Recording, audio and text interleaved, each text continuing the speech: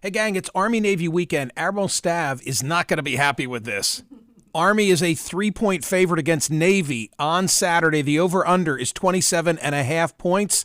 My listeners in Michigan, they love the Play Gun Lake Casino and Sportsbook app. Play all your favorite casino games for real money. Bet on your favorite sports.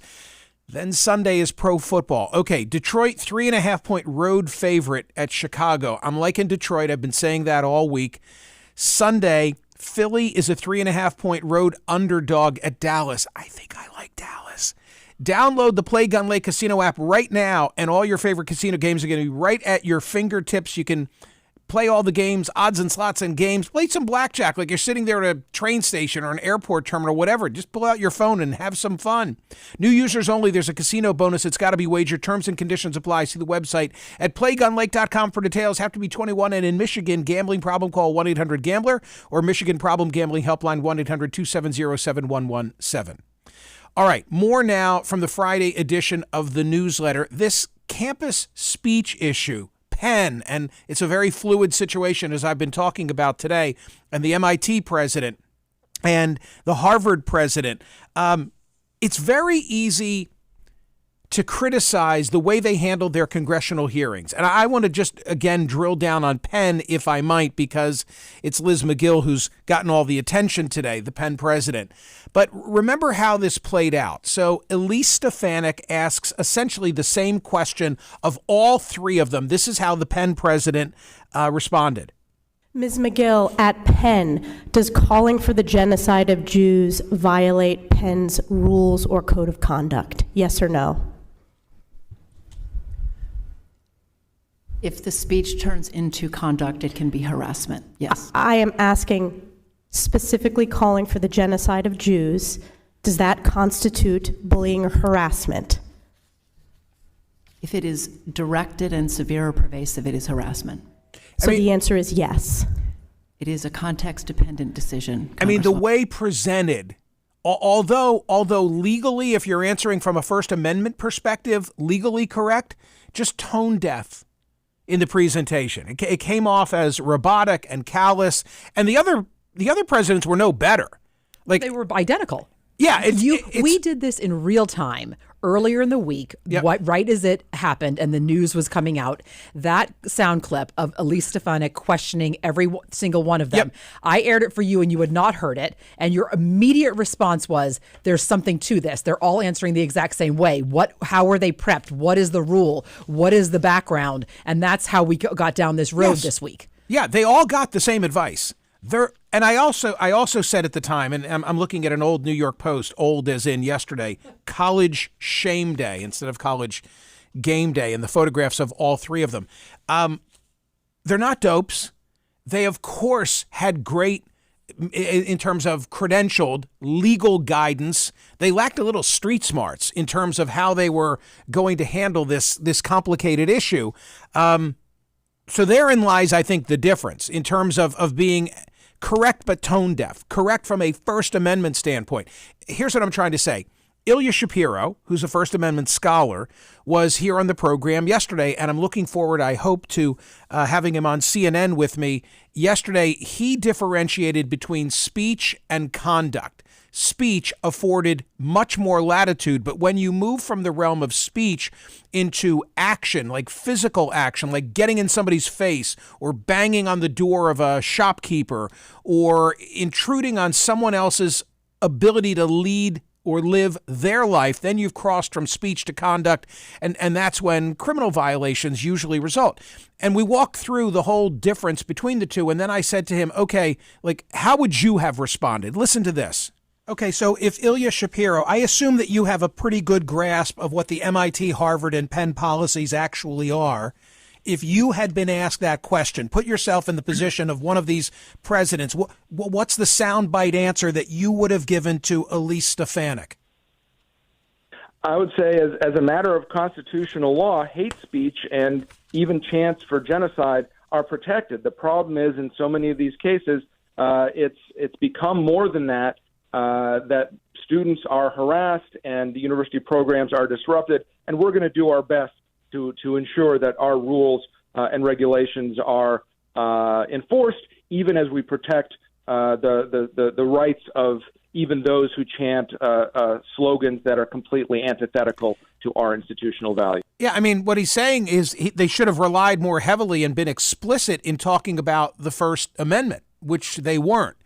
We're constrained in what we can do. And by the way, some will say, well, they're a private actor, aren't they? They're a university. I think that, too, is complicated because if they're accepting federal monies, then the First Amendment is going to apply to them. It reminds me of the controversy, although this went away, but same type of issues, where ROTC would want to come on campus and some of the schools would say, oh, we don't want you recruiting here for war.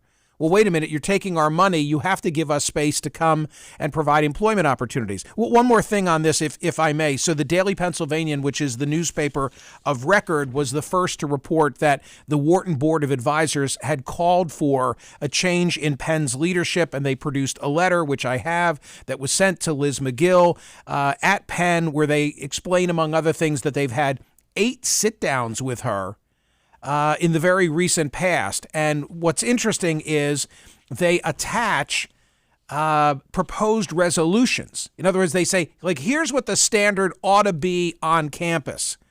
I'll just give you a taste of one of these. Students and faculty or employees will not celebrate or advocate for the murder, killing, genocide, or annihilation of any individual, classmate, or any group of individuals in our community. Which sounds great in the abstract, but that word genocide, I mean, to simply say that that's not going to be permitted, it takes on different meaning in different contexts. People in the pro-life community speak of the genocide against the unborn. Could there be a pro-life demonstration on Locust Walk in the middle of the Penn campus? Finally, because I don't want your eyes to glaze over, I pulled the code of current conduct, student conduct at Penn. This is interesting. Oh, good. Yeah. Thank you, even if you don't mean it. I do mean it. 3 points. 3 points. The right to have access to and participate in the academic and non-academic opportunities afforded by the university, subject to applicable standards or requirement. These are the rights that students possess. And then here are the 2 biggies. The right to freedom of thought and expression. Okay, that's a right that you have on the campus, and the right to be free from discrimination on the basis of race, color, gender, sexual orientation, religion, national or ethnic origin, age, disability, or status as a disabled or Vietnam-era veteran. I mean, the point I'm trying to make is that it's very easy to condemn and criticize, like, oh my God, why didn't they stop that group? Or why did they allow that to take place? And then if I say to you, okay, here's the pen, now you draw the standard, it's not an easy task. It's not an easy task. And I think they were being very wonky. Yes. And very professorial. Eggheads. They're a very bunch of professorial. eggheads. Too much so. Right.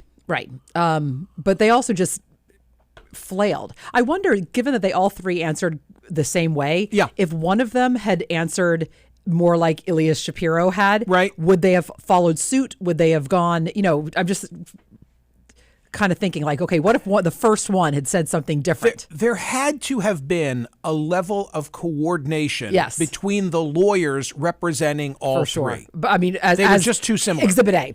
Yeah, right. And again, there's nothing wrong with that. No, It's just the practical, because they wouldn't want to be embarrassed. Because what if I'm going to go in one direction? That's my point. And you're at Harvard, That's you're going to go point. in a different direction. You're going to make me look bad. Right. All right. More headlines. Friday edition of the newsletter. So, do you remember November 30, the poll question? This was in anticipation of Newsom and DeSantis debating and knowing there was a 4th debate on the horizon. Which debate will have more viewers? 77.75% of us, and we had 20+ thousand votes, said DeSantis and Newsom. Okay, I finally have the numbers. Good job. Let's Here go. are Here we the go. numbers. I have more numbers than just necessary to answer that. Oh, good. But here we go. First debate, the first Republican debate, 12.8 million viewers. Okay. Second debate, 9.5 million viewers. Third debate, 7.5 million viewers. Exactly. Okay, that's just all like a little amuse-bouche, just to let you know like what had been happening in debate land. 7.5 was the third. Okay. All right. Now we get to DeSantis and Newsom. Pardon me. 4.75 in the live telecast. Okay, 4.75 is now the number. So you might say to yourself, hey, the fourth debate could do better from that if it just came in at the same level. For laughs and giggles, I offer you the Golden Bachelor finale, just for comparison purposes, 6.07 million. Excellent. So more watched the Golden Bachelor than watched Hannity's debate with Newsom and DeSantis. And now, finally, what happened in the debate the other night, the fourth Republican debate?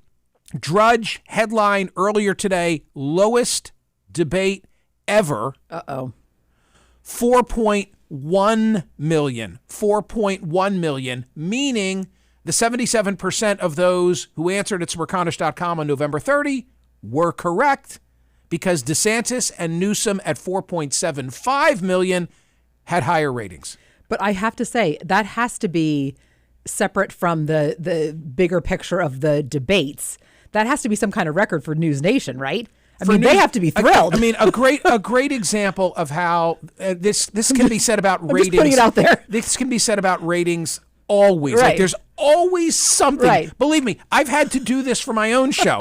I've had to be the. But yeah, What? wait a Where? minute. It's like Catherine is always sliding her finger down the column and saying, in the demo. She has to. in That's the her job. demo. That's her job. And then I'm saying, yeah, but look at the P2 number. Like Right, the P2, we had more viewers than any other show on the weekend. Because you and on I the are network. offended. You and I are offended that somehow the ratings gurus think that there's not spending above 54 years old. True. Ridiculous. The day that I became 55, I resented the demo analysis. It's absurd. Of 25 to 54. Think how much people pay buy Right. 55 and older. So one more thing on this. We have to save this data. Okay. Because I'm going to come to you, TC, Okay. on January 10. January 10. And I'm going to say, do you have that data about the ratings? Okay. Why am I saying this? Because CNN has now announced that before Iowa and before New Hampshire, they're going to have a debate. I was shocked by that, actually. I was shocked. It just seemed like the CNN had been totally shut out, and that the RNC was only using very conservative outlets. I think that's exactly what happened. And I have, again, I need to be tell very me. clear. Analysis. I have no information about what I'm going to tell you. You saw the news break with the rest of us. Yeah, don't look at me and say, he knows something because he has a show on CNN. I'm Gordon Gekko, the lowest man on the totem pole, to quote what he said to Bud Fox. I suspect that CNN just went ahead and said, without like the RNC buying in, my suspicion is that CNN, having been shut out, just said, we're having a debate. Those candidates, the four of them, they relish it. They want to be there, and I think they're going to go rogue. Even if the RNC doesn't buy into it, I think those candidates need the oxygen, all four of them, and they'll show up. I don't think this was, hey, RNC and CNN, let's have I don't think floored so. by this. This is fascinating. I could be totally wrong. I love it, understand. though. I like the But idea. that's my hunch. Wow. That is my hunch. Okay. So who knows? Poll results yesterday, 21,994. We couldn't get 6 more people. I'm putting it out there. I report you decide. Okay, this is really interesting. No, it's not. Yes, it is. I'm offended. Which of the following most affected the news and our lives for good or ill and embodied what was important about 2023? 47.14% said Hamas. 42.12% said artificial intelligence, and only 10% said Taylor Swift should have been the Time Person of the Year. Hey, the haters got to hate. Okay, so where 42% of us saw artificial intelligence as being the story of the year, now I ask you today's poll question, is AI more likely to elevate humanity or destroy it? Check out the exclusive content when you're voting at Smerconish.com. Thank you, Rich Zaccaroli. We appreciate it. John Rahm, who won the Masters, going to live. I'm telling you, I just think the money is transformative. It's just too good. He said, I play golf. Yes. I play golf for the love of golf. Right. I have a family. And Right. this is generational wealth they're talking about. Yeah. Truly. Transformative wealth. It's not even close. So I feel for the whole situation, and I get it, and I'm not happy about the whole Saudi, like, Right. I get all of it. But I also understand, like, that's a difficult decision. In the sports world, I also liked, flagged, and posted David Whitley's piece. It ran in the Gainesville Sun, I think also in USA Today, saying that in the end, if FSU beats Georgia in the Orange Bowl, it'll be embraced as the people's champion, a martyred team that successfully stuck a big finger in the eye of the corrupt football establishment. I think there are many who see it the same way. Controversy has surpassed sports and has become national news. FSU is positioned to become the people's champion. You'll enjoy that. You might not enjoy our coverage of Prince Harry and Meghan. I have to say, I thought this was really interesting. There are a couple of cases, like there are always legal cases. There's a security case. There's a libel case. I don't even know what's going on. Okay, but Harry said the UK is my home. Yeah. And in that, And he felt he had to leave. I think he's really saying she forced me. No. That's not what he's saying at all. He's saying that he wasn't safe. Michael, Yeah. you did what you tell us not to do. Hmm. You saw that headline and you made assumptions. You have to read the I read article. the whole story. No, you didn't, because then it would be very clear that he felt it was not safe because he's got PTSD from his mother dying, and he felt that he could not protect his wife and children. But he feels so sad because the UK is his home and his heritage, and he wants his children to be part of that. No. Read the story. Stop blaming it. Read the story And and decide for their yourself. majesties resent that. You got to read about the Finns and their affinity for the sauna. I mean, and look at the picture that goes with that story. Sauna is a verb. Pictures. Because let me just tell you, first of all, the pictures are clothed, but there's a lot of nudity going on here. Yeah. So I agree. What is your opinion, given what you said recently about hot yoga? Yeah. Yeah. I had lunch with my buddy Bruce yesterday. We went into this again because he had just come from hot yoga. I'm curious. I said to him, the whole thing's a cabal for guys to hook up. No, and what did he say? No, it's not, Michael. Well, he said You're to me, giving yourself away. No, he said you might be onto something. And do you feel the same way about saunas?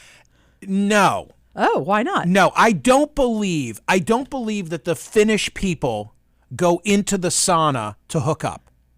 I believe that Whoa, they don't go into the yoga studio to hook up. They're hooking up after. I'm differentiating between the two. Oh. I'm saying that I think that the sauna world is that it really is a communal experience for the Finns, and it's okay for men and women to be in there and sweating. I don't want to go in. I don't want to take a sauna with women. Oh, okay. Unless it really is like some kind of shenanigans. Like I'm not going into a community sauna. So how much time do we have left? I mean, are you kidding me?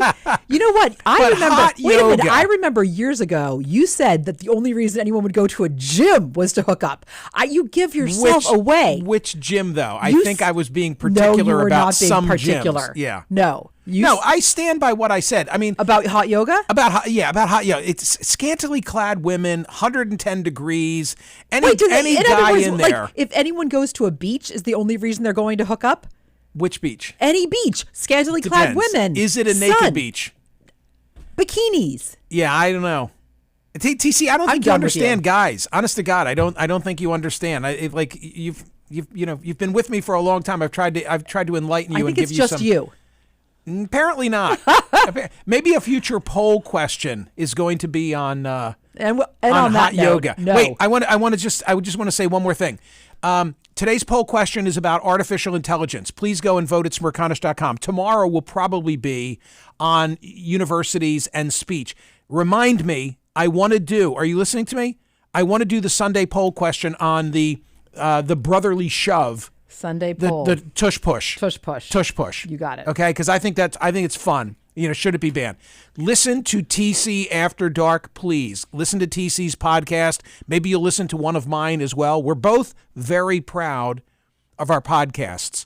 And I'll see you on CNN. That means a 7:30 YouTube tomorrow Eastern time, and then CNN at my regular 9 a.m. Have a great weekend. See ya.